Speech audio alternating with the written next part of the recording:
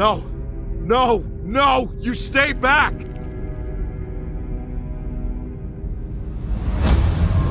Over the past few weeks, everyone in the horror gaming community has been focusing on Silent Hill, and it has been the center of attention for everyone. And even if people don't talk about Silent Hill, they tend to talk about the next Resident Evil and how it will look and where it will take place. But for some reason, the vast majority seem to be ignoring the fact that an iconic franchise is making a comeback in the next few weeks.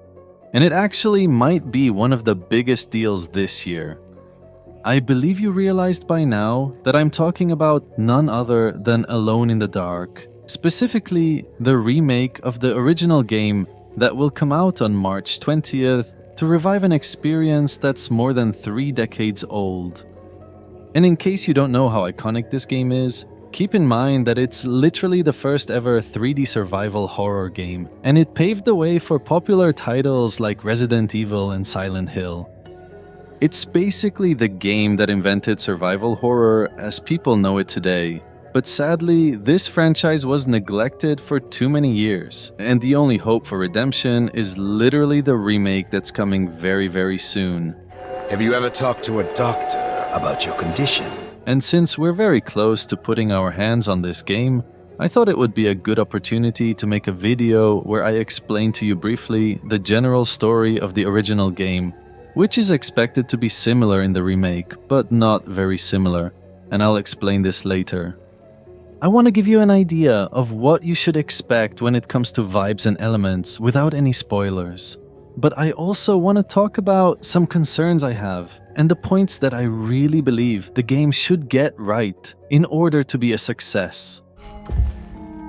Detective Conby, good to see you again. Solved your case yet? The events here are set in the 1920s, and this is really an interesting timeline because I love it when games take us back to old eras, especially when it's about horror. I will definitely appreciate it if developers decide to start making more horror games that take place in the early 20th century. Anyway, during this time, a tragedy strikes Derceto Manor, a sprawling estate in Louisiana. The owner of this mansion is the acclaimed artist Jeremy Hartwood, and he was found hanging lifeless in the attic, which raised suspicions of murder or that he put an end to his life. However, his death caused controversy because of rumors suggesting that the abode is haunted by malevolent forces. Law enforcement swiftly handled the case, but it eventually went into litigation and became a forgotten cold case. As a player, you have a choice between 2 protagonists, Edward Carnby, who is a private investigator, or Emily Hartwood, the niece of the deceased artist. Both must navigate the perilous confines of the mansion, contending with unearthly entities and hazards, while unraveling enigmatic puzzles and scouring for clues regarding the manor's grim past.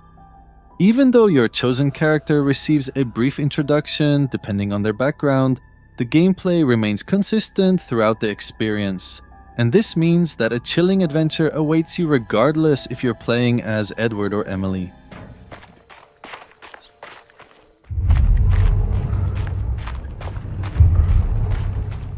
During your journey, you discover scattered documents shedding light on the mansion's sinister origins, including the fact that it was constructed by the occultist pirate Ezekiel Pregst.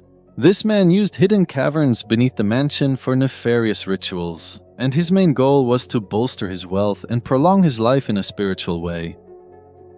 I'm not going to talk about how or why Jeremy was killed because that's an important part of the story that you need to experience by yourself in case you didn't play the original, but I also need to talk a little bit about how the remake looks and what concerns me. The first thing we can notice is the visuals, and I really don't believe that we can complain about this aspect. The characters look really good, their facial expressions seem on point, and they also look very suitable for the timeline of the game. Like there's something I'm supposed to do? Like what am I supposed to do? Why the hell do I wake up? But what's really breathtaking is the environment here, because it immerses you in this world and makes you want to discover every piece of it. However, there are certain points that many people are not aware of, and it might actually cause some concerns for the hardcore fans of the original game. One of the main points is that pretty much 50% of the plot that I explained to you earlier will not even take place. Even though the core mystery of the manor remains, the remake significantly changes the events and the characters, and also expands the setting, which means that the original story is not the exact thing in the remake. On top of that, Jeremy Hartwood, who is the original protagonist's uncle, is not really dead in the remake. Instead, he is seeking therapy at the manor, which is here considered a home for the mentally troubled and not his own mansion. How do you think any of this is happening? How do you still not trust my words? Fine. Then let me help. Don't be foolish. He will bury you next to me in his sunken temple for an eternity. In the remake, Emily receives a disturbing and weird letter from her uncle Jeremy, which pushes her to hire Detective Edward to go with her to the manor to find out what happened to her uncle. I need to get this letter to my niece. She would understand. Did you bring a gun? Yeah? You think it'll actually come to that? No. But you might need to wave it around depending on how agreeable the staff will be. What exactly are we gonna do when we find Jeremy?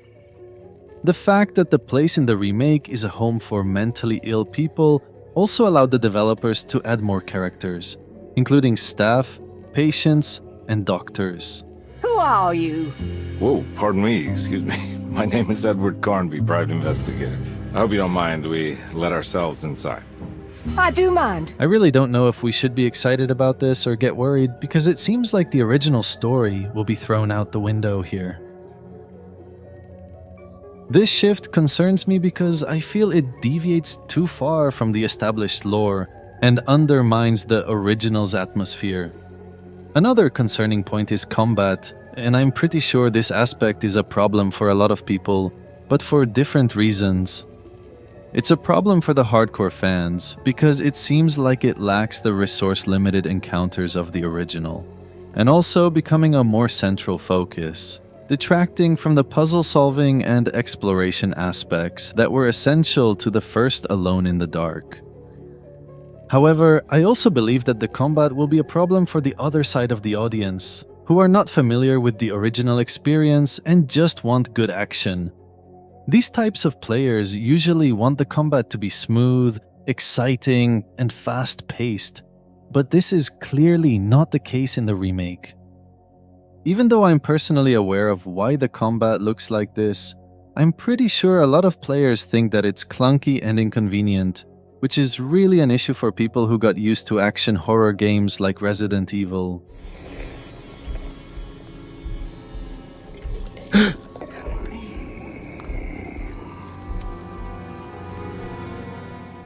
But on the positive side, the combat here is diverse, and this is something to be excited for.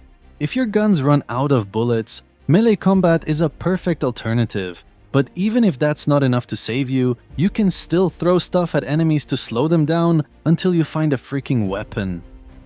Furthermore, even though we're not sure if the combat will dominate the gameplay or not, it really looks like there will be some very cool puzzles and brain teasers that might pose an interesting challenge for our intelligence.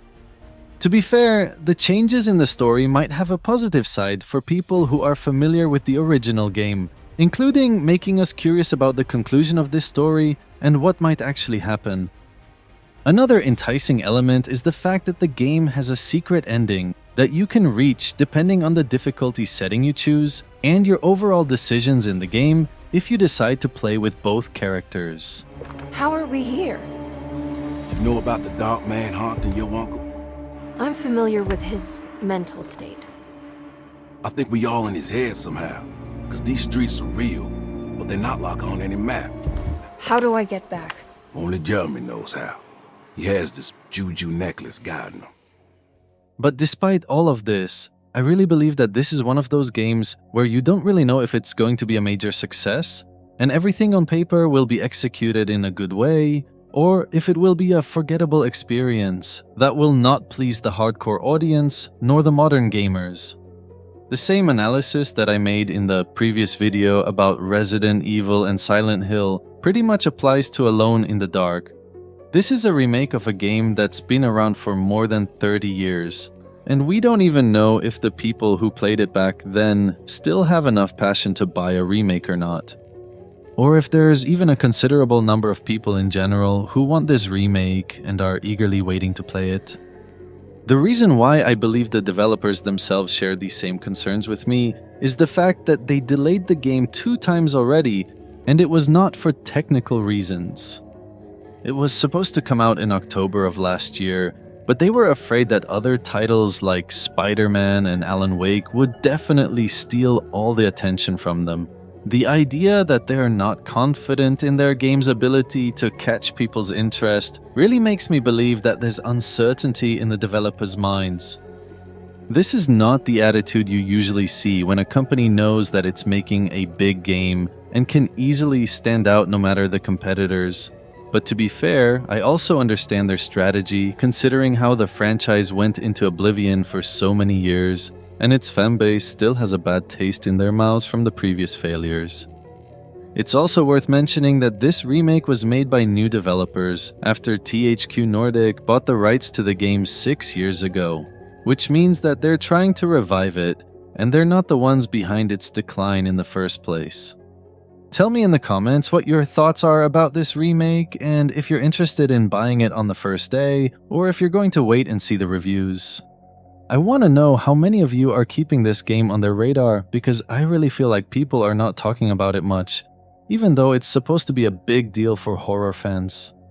It's funny that they delayed the game 2 times to avoid clashing with other big titles when it comes to attention, but they ended up losing attention these days to a trailer from Silent Hill 2. Anyway, give this video a like if you enjoyed it, and let's see how this game will perform on March 20th.